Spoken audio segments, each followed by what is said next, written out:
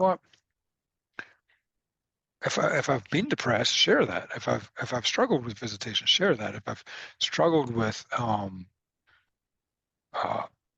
like if I'm going through cancer, share that. If we're, why do we worry so much about, talking about what we're going through? And it's because honestly, we've had this I'm going to make fun of you culture instead of this I want to connect with you culture, you know? And that's what lads just we're just cracking each other all the time.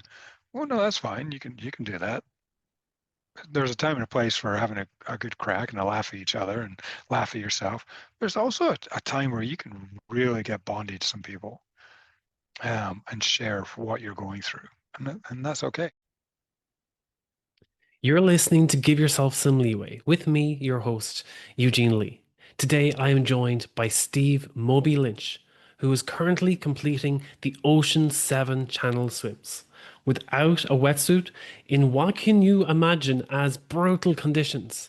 As a leadership speaker and author, he has rebuilt his life from addiction through his faith and relentless discipline.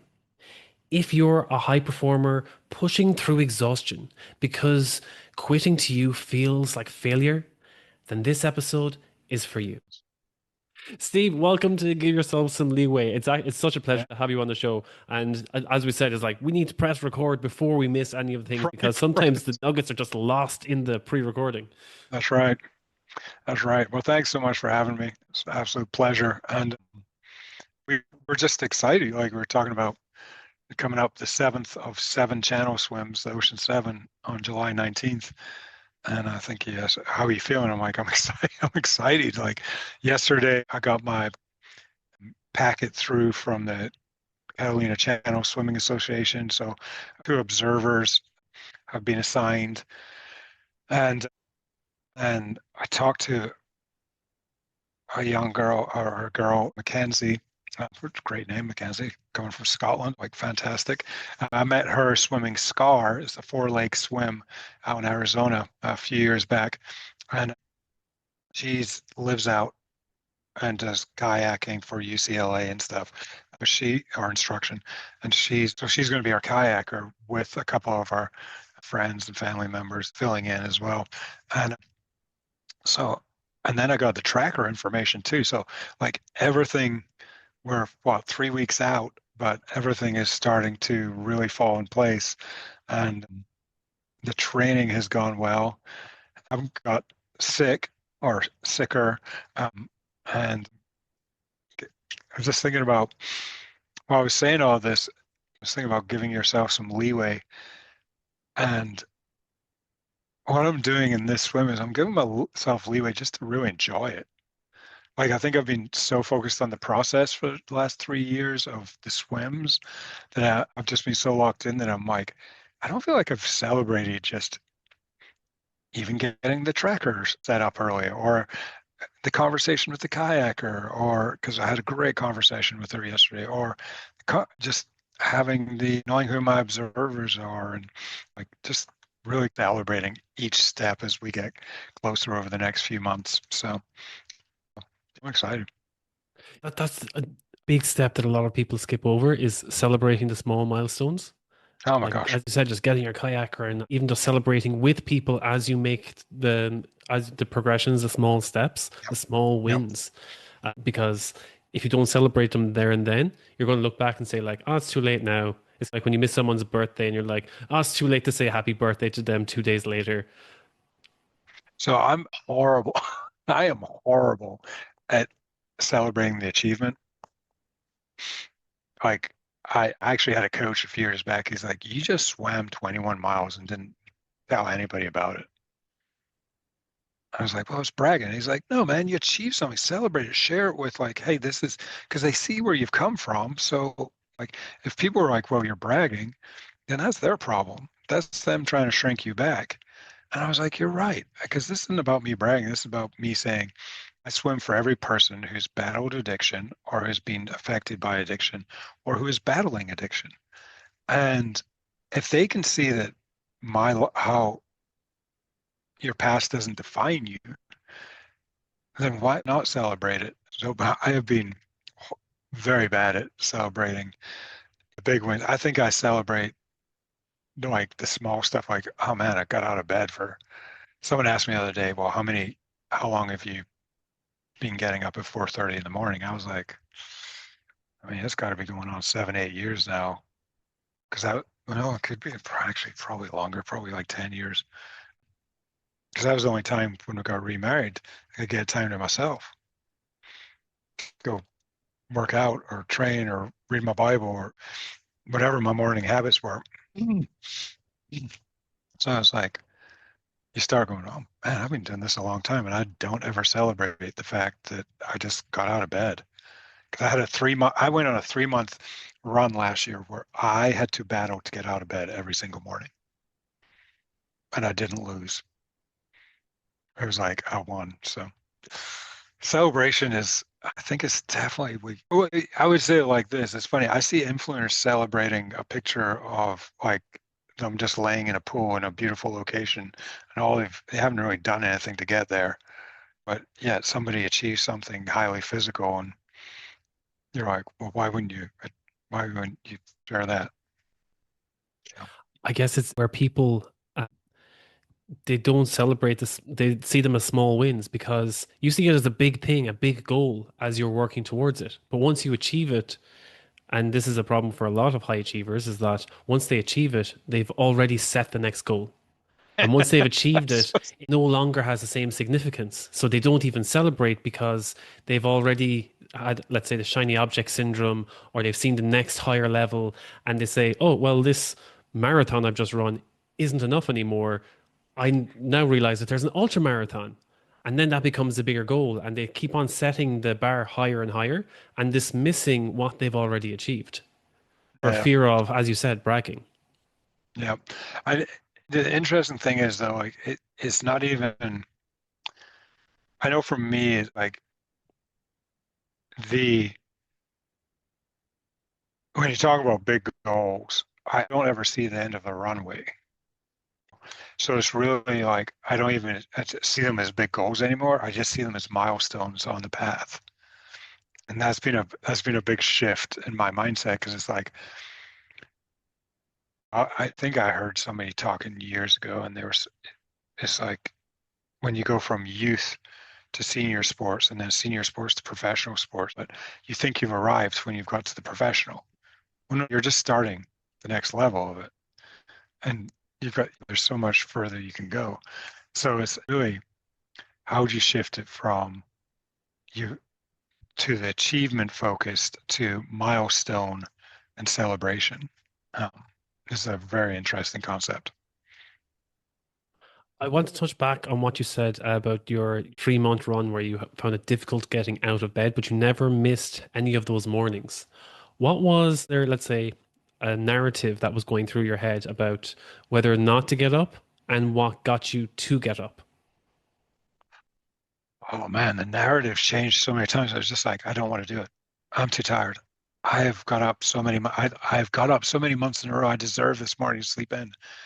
And I would like close my eyes, and then my eyes would just go, "Kunk." I'm like, oh, I'm awake. Or I'd be like, there's a lot of times like, hey, Lord, I want to thank you for today. I want to thank you for this breath. Don't let me waste it and take it for granted. Help me get out of this bed.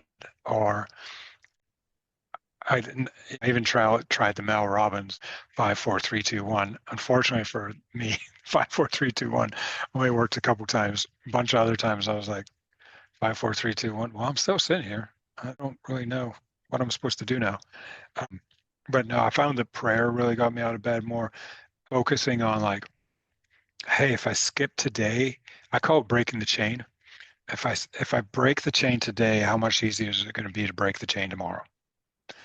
On that, because good disciplines compound positively, but what you can compound negative disciplines just as quick, like with the same speed.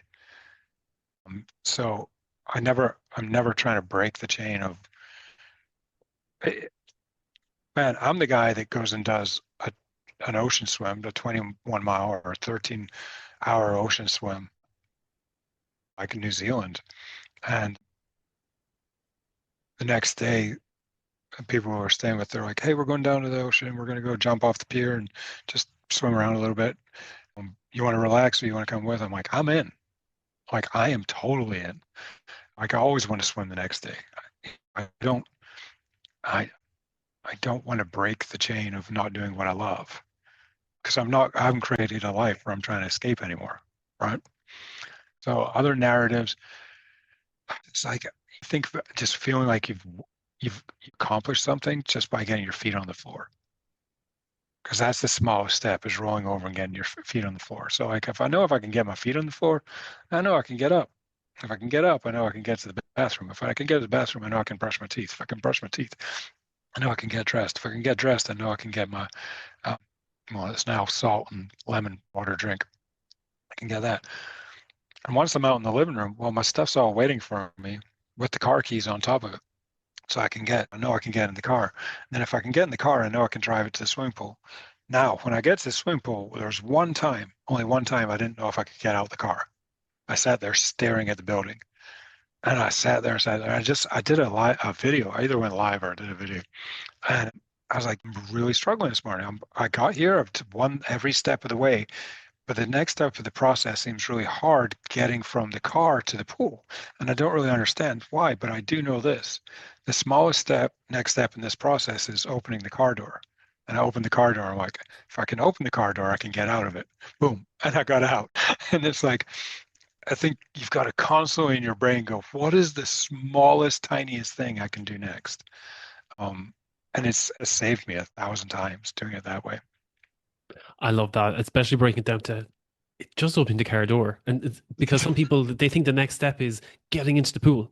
And it seems like so far away, or like the distance between the car and getting into the pool. And it's like, no, the next step is, as you said, opening the car door. Now, can I get out of the car? Can I Yeah, close the yeah, yeah. car door? Can I grab my bag? But you don't think about this, right? Because most of the time you're working on subconscious programming, and Yes. the loop is working because it's getting you towards your routine and your goals. But every now and again, that loop snaps, and it's like, oh, I need to look at this. Like I need to look at how I take that next step forward. And I tell you what, there's no amount of people who want motivated. Like I got to tell you, motivation does not last a long time. It's really doing that, doing what you say you're going to do because you want to do it. And if you don't do it, don't like, but be just as solid in that. Like, I'm not doing this. I don't want to do this. But then you have to know that that's going to affect your goals too. If you have those goals, so you might have to reposition your goals. I'll come back time and time again on that for people who keep on saying, "Oh, I'm waiting to be motivated or waiting to be disciplined before I do the thing." And I'm like, do the thing until you feel motivated to do it, and do the thing until you feel that you're disciplined to doing it. But it's only by doing the thing are you actually going to develop that discipline or find motivation to do it more often as you build more confidence or enjoyment in what you're doing. That's right. One thing I do want to go touch back on because we've been talking a lot about the Ocean 7, but we haven't explained what the Ocean 7 is. So the Ocean 7 was designed by Stephen Munentes, he's out in Japan swimming a multi-day swim. I think it's going to be 11 or 12 days around an island in Japan. Pretty cool stuff. But so he picked 7 channels that were considered like the most iconic channels in the world with like really turbulent tides and currents and things like that. So we'll start with the Everest, Mount Everest, which is the English Channel. Everybody's heard of it. A very historic channel that goes from England to France. So you swim from just outside of Dover to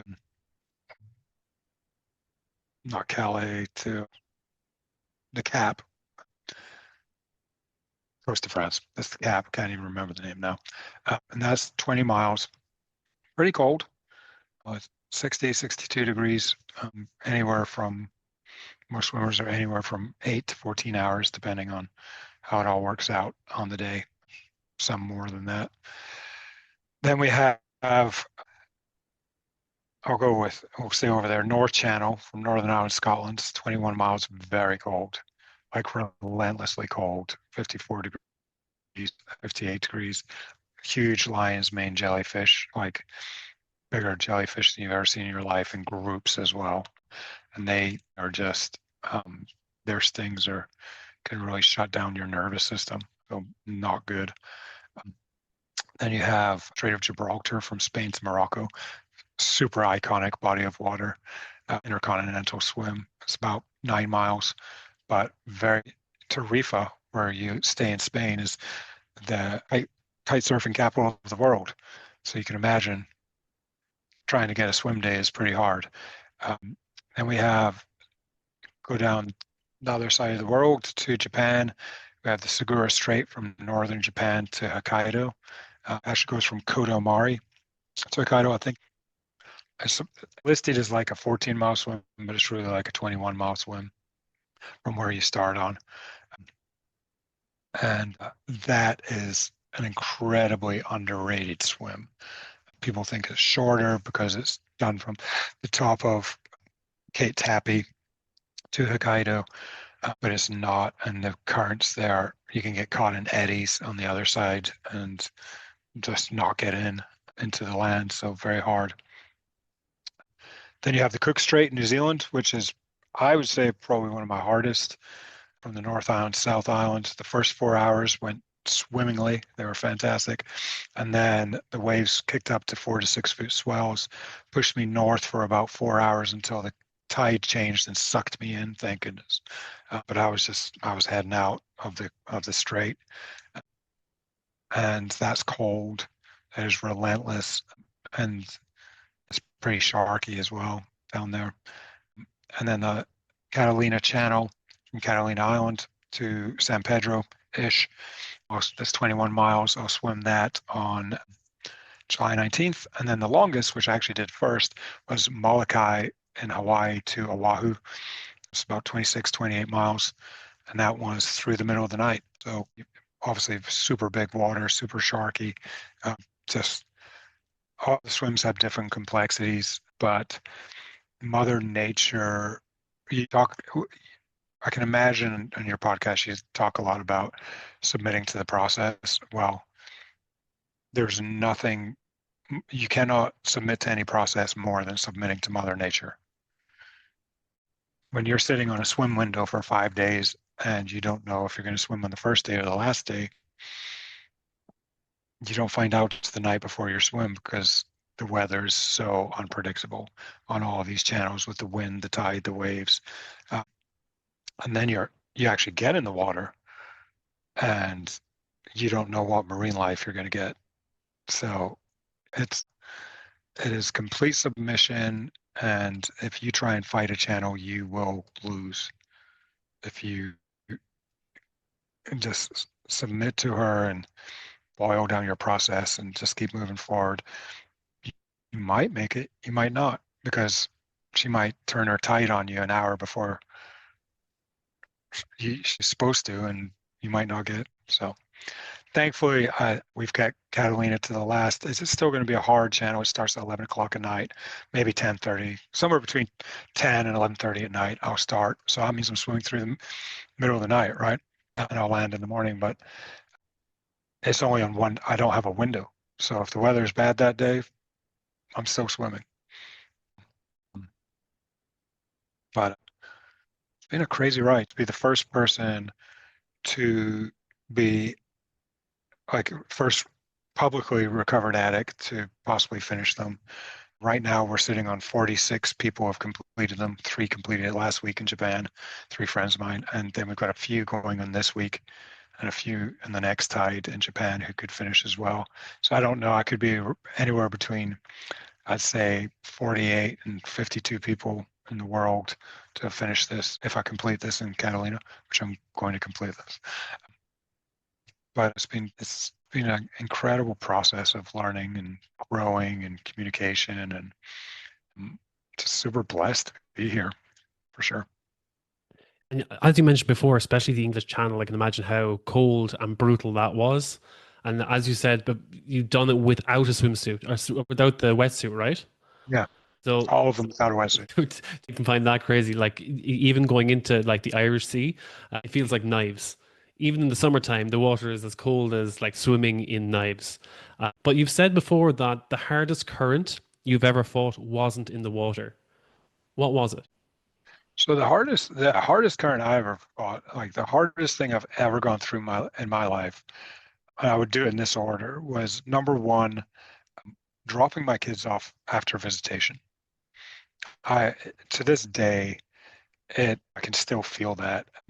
It's funny. I dropped my daughter off at college. I'd taken her down to college and I was leaving. And as I was leaving, I just burst into tears. And I hadn't dropped her off for a visitation in like 4 years.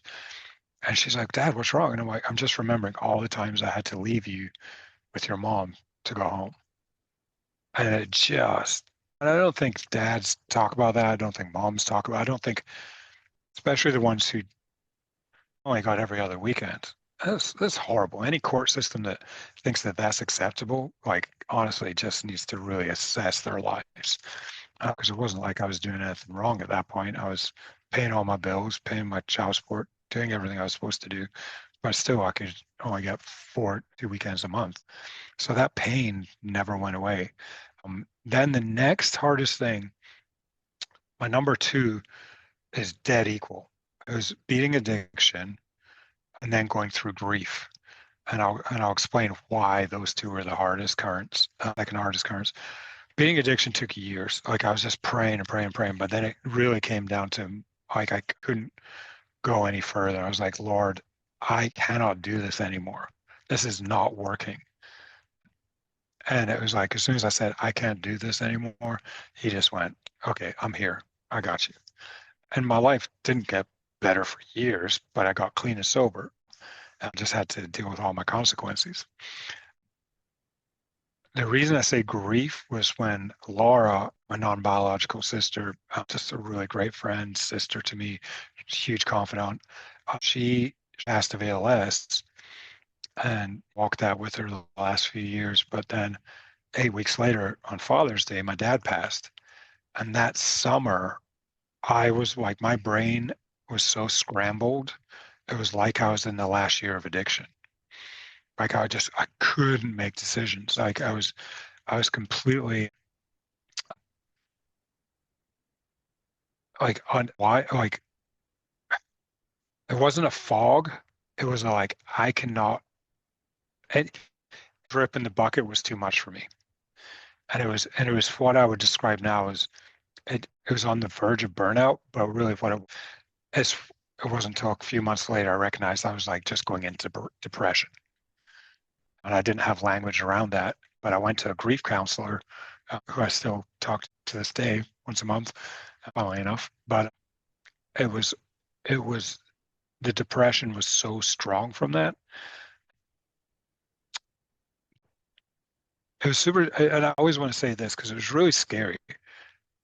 On the outside, I looked like everything was fine. I was getting up, I was training, I was doing things, I was going to work, everyone seemed fine. On the inside, I felt empty, dark, and I didn't feel like I felt like my brain was scrambled. And I remember telling my bride, Kelly, this, and she's like, I had no idea. Because from the outside, everything looks fine. I was like, I literally have no joy on the inside. So that was a big eye opener to me and it was probably because my years of being an addict, being able to put on a good show for everyone while not being honest about what's going on inside of me. And we even saw that in the beginning of our swims a little bit. Like I would get really sick on the first couple swims early on into the swims, and I wouldn't tell anyone because I'd be worried they were going to pull me out. And the captains don't care if you're puking as long as you're moving forward. As long as like you can still keep going, like you're saying, I can keep going, I can keep going. I didn't know that. So I was hiding being sick from the team on the boat, my wife, Kelly, and Herschel. Now it's like if something goes wrong, I tell them immediately. And I think that's what we don't talk about enough. Like those currents can relate to people who've gone through addiction. I can relate to people who have gone through divorce and through child visitation. I can relate to people who have lost really close loved ones. I can now relate. And then going through another I can now relate to people who are going through cancer. Got a cancer diagnosis right after coming back from swimming Gibraltar. But none of these things define you and what you're doing and who you are. They're just things that are happening to you. So we should be able to share that instead of labeling people. Because if we share it, then our mess becomes our mission and we're able to connect.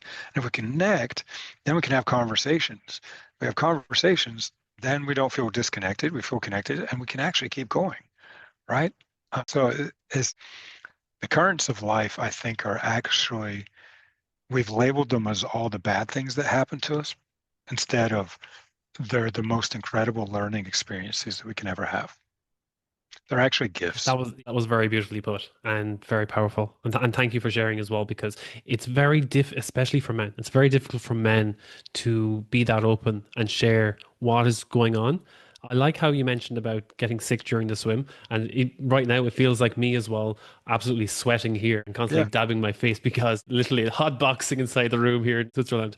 But it's like, but no, I'm just feeling like, oh no, I just need to power through. I need to power through. And it's like, and I've even had some guests come on and they wouldn't drink water the whole way through because they're afraid of what they look like if they're drinking water. I'm like, drink the water. I was like, and if you need to take a bio break, let me know you need to take a bio break and we can pause. I was like, but like you need to come first so that you can show up at your best, both for you and for others. So if you need to drink the water, drink the water. If you need to go pee, you go pee. But like it's only by meeting our own needs can we meet the needs of others as well. That we need to show up, as you said, be more open about ourselves, what's actually going on before it becomes something worse or it becomes something that is no longer in our control or something that we can't control.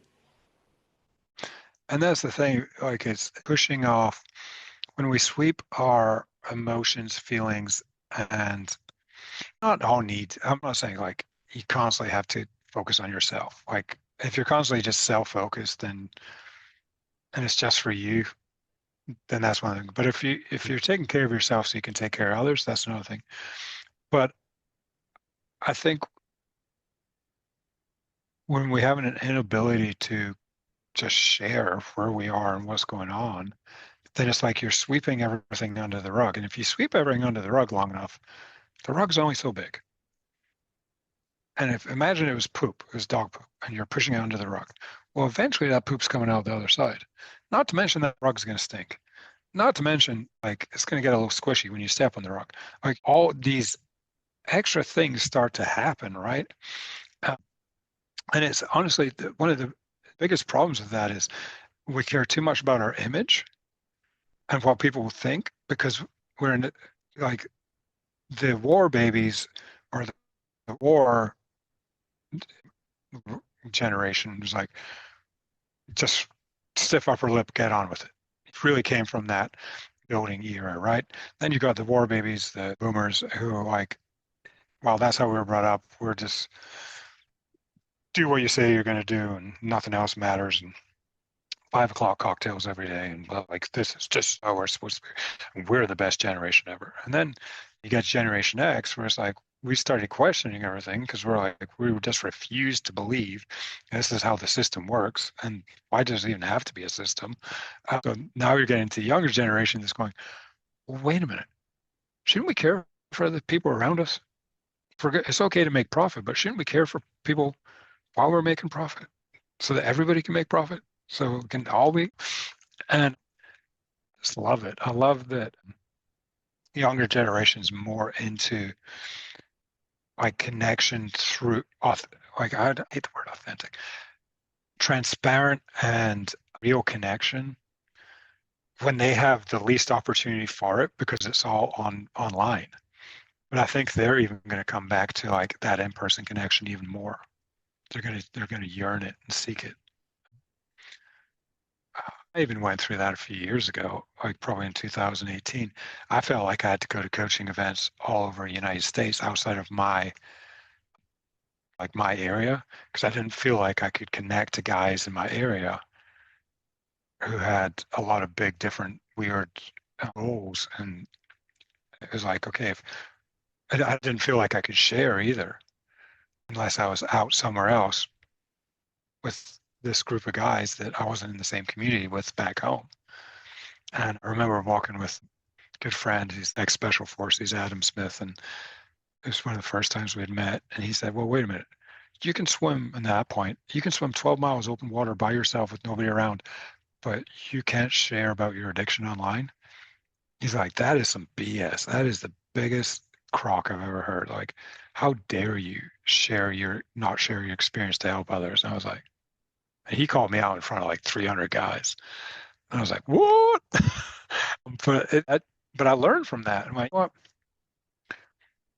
if I've been depressed, share that. If I've struggled with visitation, share that. If I've struggled with, like, if I'm going through cancer, share that.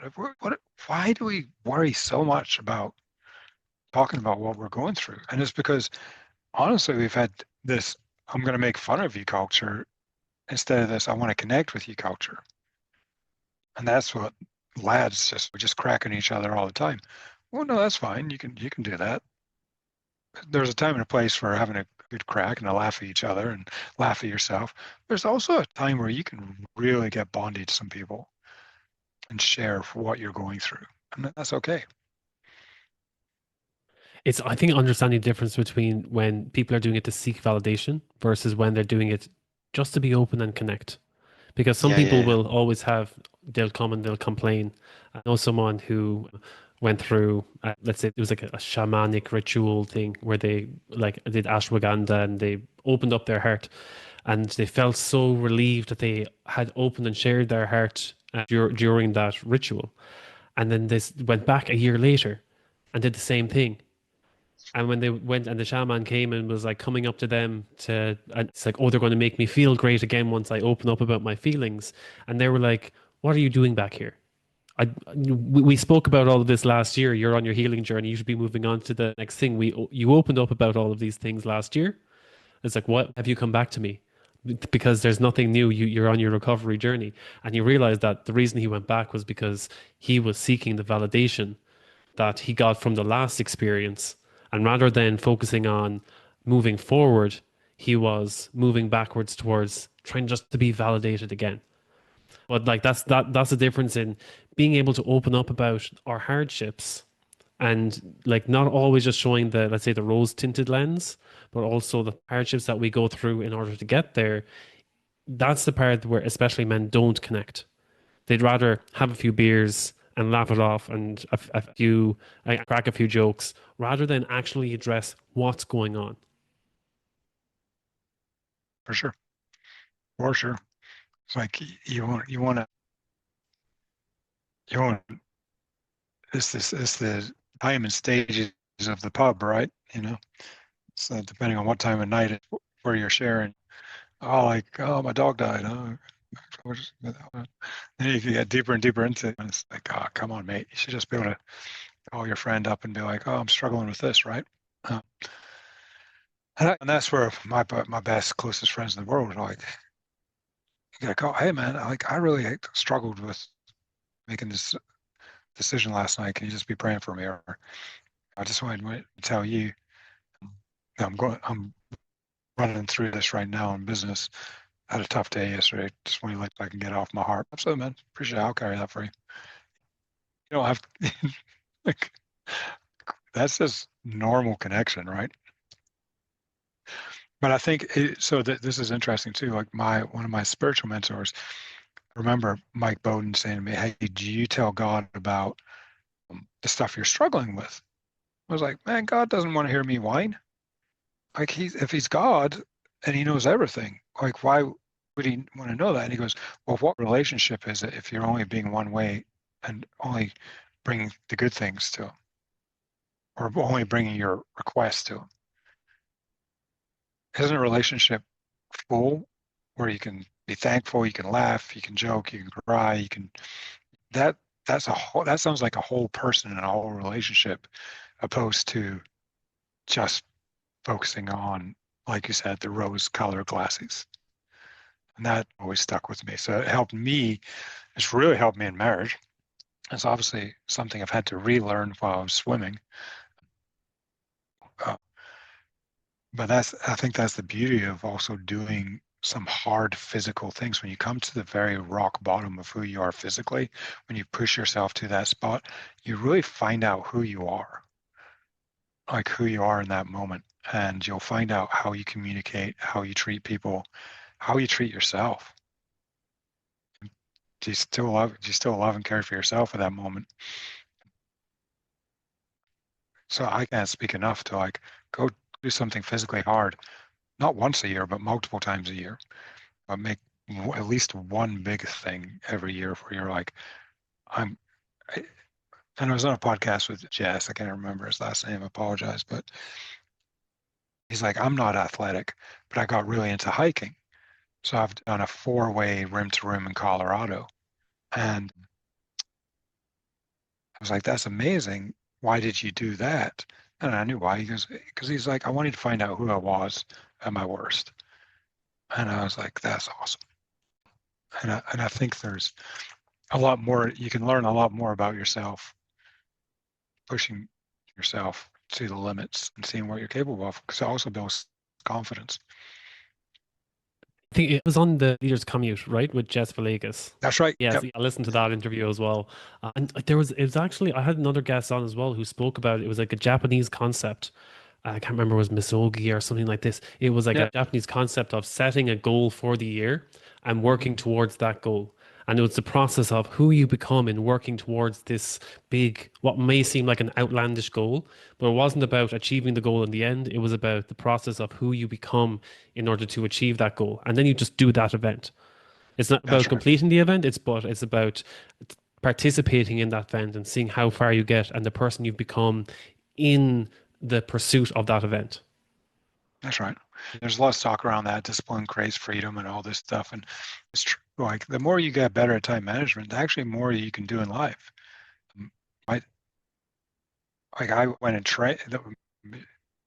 Great Saturday yesterday.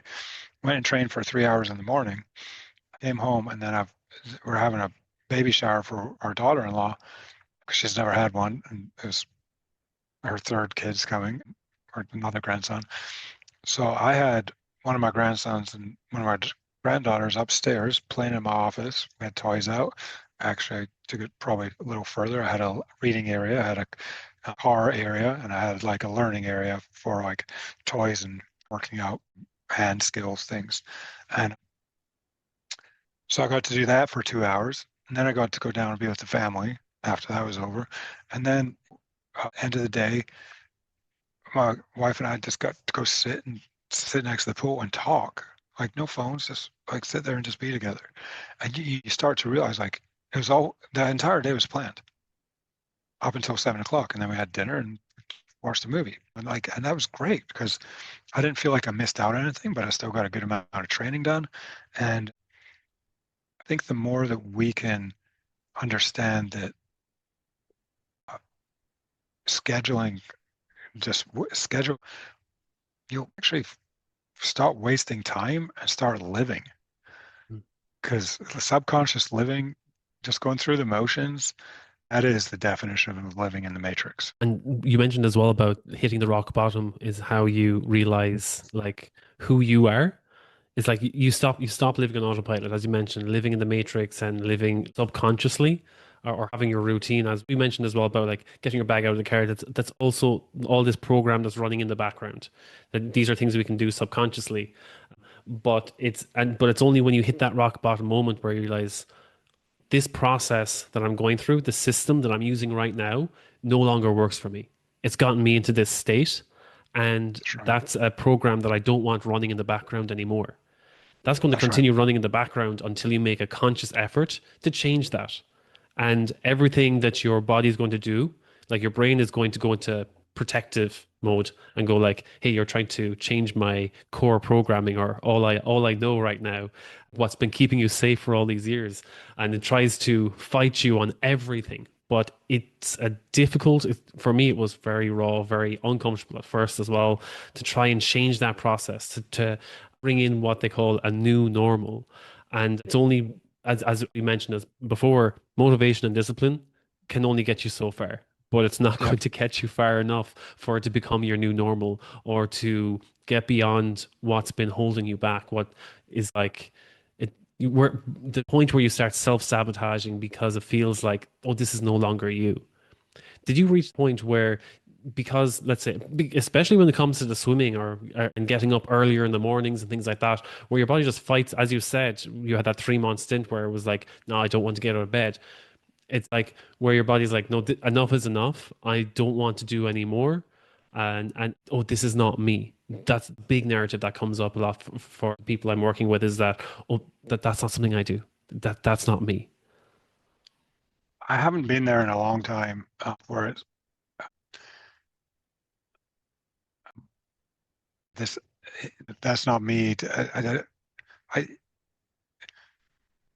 I'm all for saying yes to good things, for pushing a little bit more, being more connected, being more still, having more faith, all the things.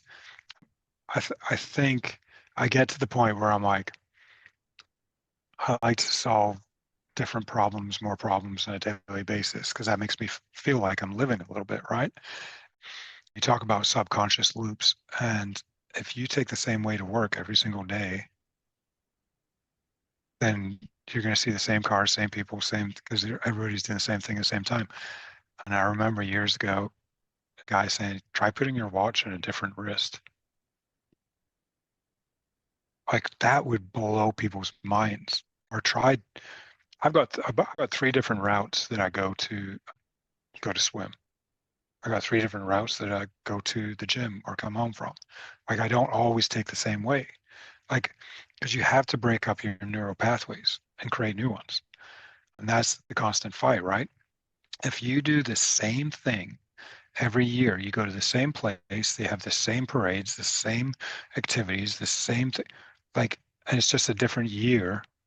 People, it, that is, again, the def is great. There's a comfort in it, but comfort doesn't create growth.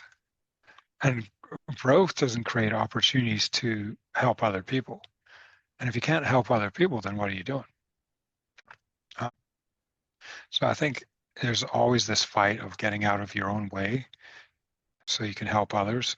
And I love, I actually love the fact that I don't think I've said, I don't think this is for me.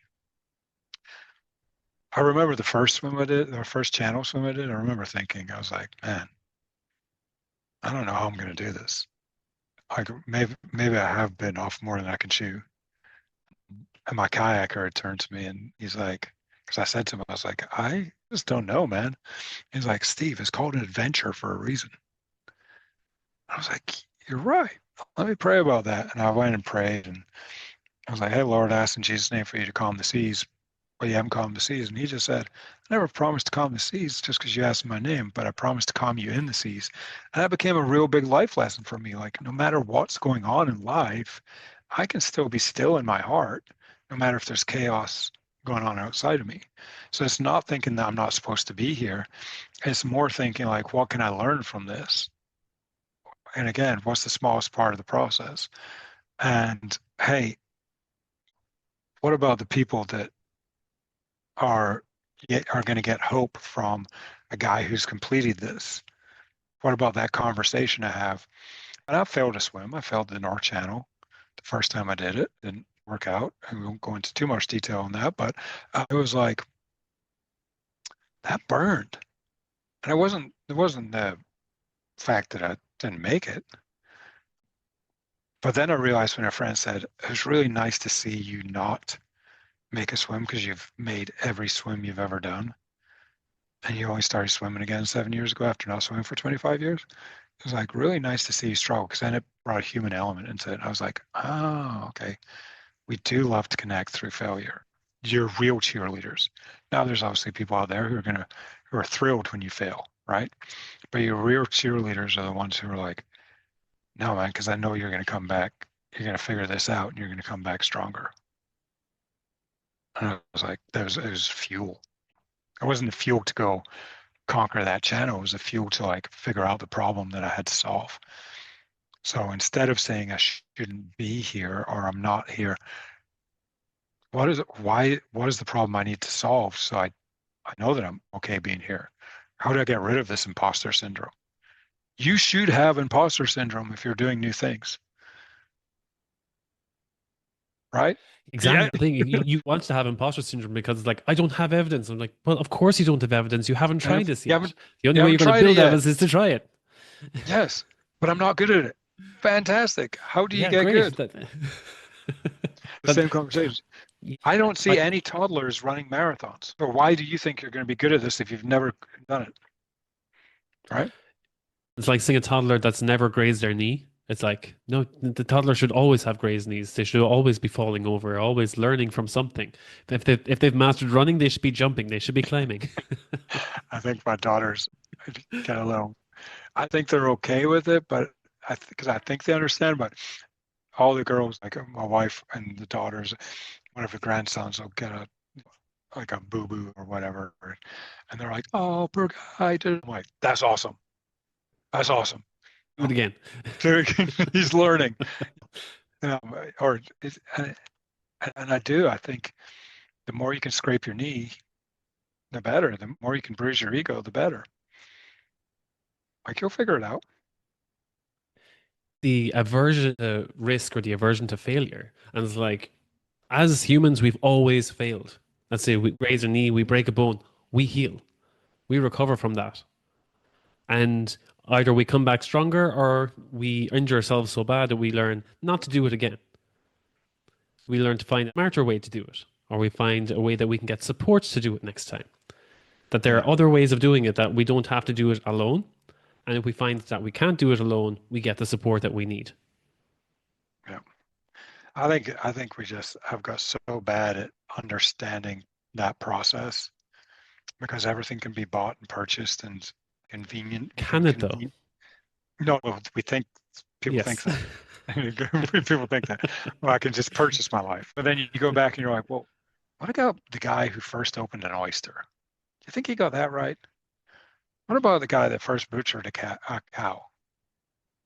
You think that went well? Like, I just everything is. We're so disconnected from like I would say like learning and problem solving instead of like regurgitation and subconscious process that it's like just go try something. You don't have to get it right. You Yeah, might it really was a enjoy it. Who it was knows? that Thomas Edison, isn't it? There's a famous quote. I'm going to butcher it, but it's like that he tried something 1,000 times, and the worst case scenario is that he's found 1,000 ways not to do Waste. something. Yeah, I've got the same birthday as him. It's a light bulb, right? Absolutely fantastic. And but we live in a market. I think marketing is actually being a detriment to society. It's like it's it's made people not ask why am I here and what am I here for? Because my purpose is very different to your purpose. Your purpose is very different to Joe Schmo in the streets purpose. But we all have a purpose. We all created for a purpose. And it doesn't have to be the same as the guy next to you, you know? But you've got to be willing to ask that question, why am I here? And what am I here for? Because I'm pretty sure it's if you haven't asked that, then you're just doing what everybody else wants. and another thing that always comes up that people don't like to hear, but it's like that we can do anything, but we can't do everything. And the best example is when you take any athlete, you take Michael Jordan, you take Michael Phelps, whatever, is like they're the best at what they do. They're not the best. Like Michael Phelps is not a pro basketballer. Michael Jordan is not an Olympic swimmer. They're the top in their field and a discipline at a certain point in their life, but someone else is going to come next, and that's okay. They've achieved what they did in their career, and that's okay. It's the epitome of their career. That's what they've worked towards, and that's okay. That is enough. Now they can Yeah, pursue other things if they want, and that is enough. We don't all need to be Michael Jordans or Michael Phelps or Elon Musk or whatever it is you want you see as your model or your role in this world. You don't have to be them. You can strive to go in that direction if that's your purpose, if that's your meaning. But for a lot of people, they always feel that they must be everything and they will never be enough. And that is detriment that comes, as you said, down to marketing, down to society and conditioning in a way as well, to never feel enough, to always strive, all this hustling and pushing for more, pushing for perfection. And that's, I feel, the detriment of our generation. That we can Yeah, just take a step back and just be like, choose one thing. And if you don't know what yeah, that one thing is, try something first and you can always pivot. You can always, like, it's, you don't have to. I think it does come back to like people feeling that they have a fear of quitting or seen as a failure if they quit something and try something else. yep, that's right.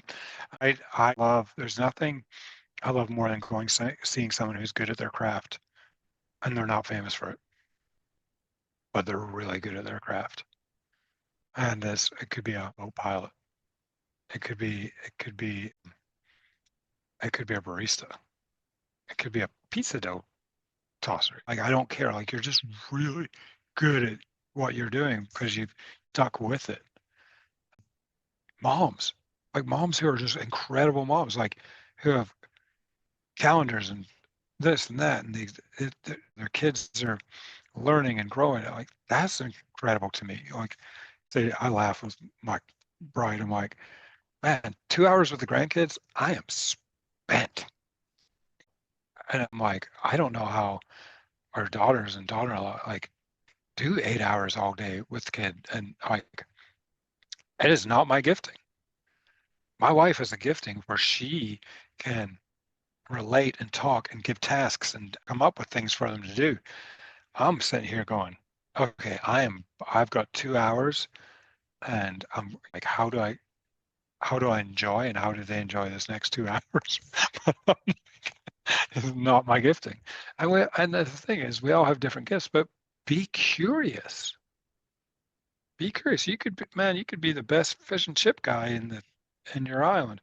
Maybe not even the best. You could be a great fish and chip guy. You could be a great portable sauna person who loves putting up portable saunas and meeting people as they're getting out of cold water. It doesn't matter.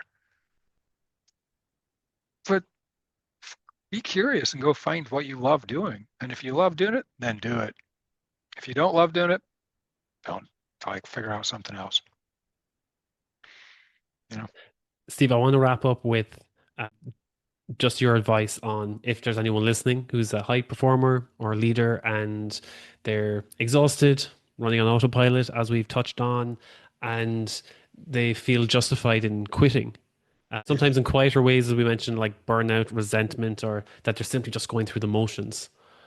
Mhm. What would you say to that version of someone who is, they look successful on paper, but given the signs above, like that they just feel depleted underneath all of that?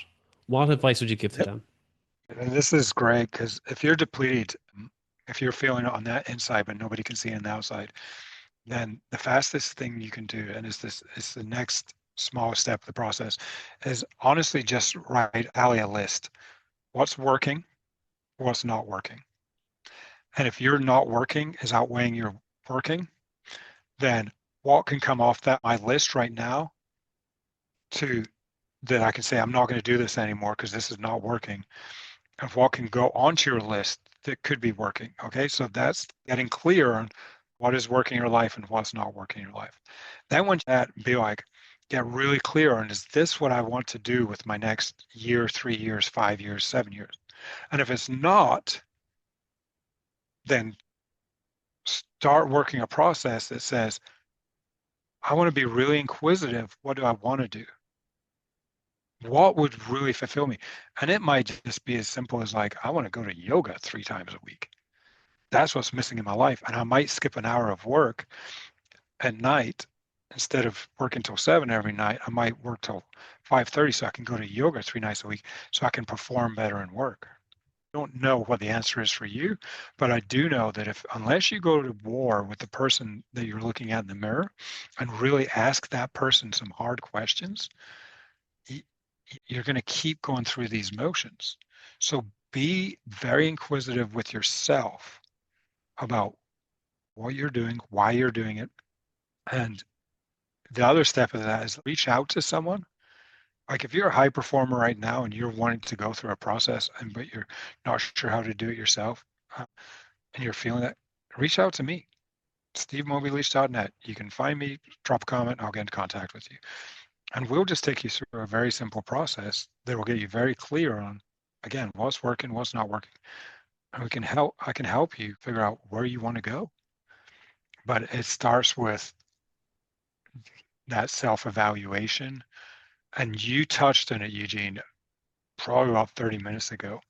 You said, sometimes the systems that get you to a certain place, actually, the systems that got you to a certain place will not be the same systems that get you to the next place, because you actually go through different levels and different glass ceilings, and things that worked for me in the past, you try and double down on, can actually be a detriment. One thing going into this last swim, just to share, I've been focusing more on family connection for this next swim than any other swim. I'm training, maybe I'm still pretty intense, but maybe not with the same intensity that I've had the last couple of years, but I'm really focusing on family connection as part of my strength, because I know physically my body is going to hold up with what I'm doing, but I want to have that that super strong relational connection throughout that swim, especially with having some family on the boat. Because no longer was it going to work that I just trained and needed to add something in and take away some training that would make this process a little different. And becomes a shared So, family experience then. Once the whole thing is complete, it's not just, oh, Steve disappeared for a few weeks, a few months throughout the year, you're going right. to go on these channel swims. It becomes a shared memory for everyone. That's right. That's right. And that's what I love. So then I always flip a question back for you. Eugene, what's your takeaway from our discussion today? My takeaway from our discussion, that's a good question. And I do enjoy the flip back at me. I'm not the only one asking the questions. My takeaway is that I like how open you were about everything because some people they like to come on and they like to come on scripted, or they find comfort in coming on scripted, but you are very open about what's going on in your life and not putting everything through the rose tinted glasses. You were very open about the hardships. I love how you brought up about the person who called you out, and that for a lot of people that would have crushed their ego. You could have stonewalled, you could have gotten defensive, and you could have like backed into a corner and just been like, I'm never going to talk to him again. But when he called you out, you were open to that. And while it may have hurt a bit at first, you leaned forward into it. And then you started sharing your story. You started being more open about your story. And that more than likely helped you get to the next level in whatever you're in your pursuit of, let's say, even in your addiction journey, by realizing, oh, I can actually share these hardships with others and help Yeah, them to either to connect deeper with them, not through seeking validation as we covered, but I can be more open about myself. It's not me bragging. It's not me trying to seek validation from others, but maybe my story can help someone else get through whatever they're going through. And that's right. I loved when you shared that because that was why I started the podcast. It was because I wanted to document my experience before too many years had passed.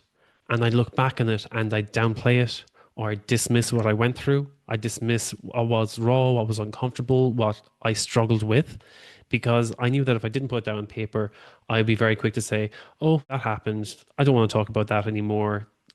This is the new me. By sharing it, helped me to constantly reflect, this is how far I've come. And if Yeah, someone is feeling like this, if they're feeling like Eugene 5 years ago, or oh, wow, it's even longer, it's 7 years, if they're feeling like Eugene 7 years ago, then I know that they can come out on the other end of it. And what I've achieved in the last 7 years and how I feel 7 years later, the joy that I can feel 7 years later is because I put in the work. It's because I went through the process. I went through the raw and uncomfortable stuff. I stopped living on autopilot. And yes, I struggled. I went through a lot of ups and downs. But as you said, that's part of the adventure. That's And it. it Right. also helped me meet a lot of people like you because it was only because people deflected and told me to stop sharing my story that they said, whatever you're going through, we know what you're like. And I was like, okay, but maybe I'm not the only person to ever feel this way. And then that's when I started reaching out and saying, give yourself some leeway as a safe place for people to share their stories. And without making that, putting my hand up and being open to failure, being open to the whole podcast falling apart, or I didn't know, completely open to uncertainty, that was the only way I would have got to meet people like you. Mhm. Beautiful. Love it. Absolutely love it. Steve, thank you so much. That was Yeah, that thank you. was a great conversation. And I love that the fact that you flipped it back on me because it gave me a moment as well to think back and really see how this conversation has affected me and also on whoever's listening or Yeah. whoever's watching it on YouTube, how it's going to affect them. And I'd love Mhm. if they could share as well also what they see in this conversation. So whatever you see in this conversation, that other than me sweating, absolutely hotboxing here in the small podcasting room, uh, what has come to light for you in listening to this episode? Steve, thank you again so much. That was a great conversation. We covered so much in the hour as well. Thanks, Eugene. Definitely want to keep in touch and keep the conversation going for sure.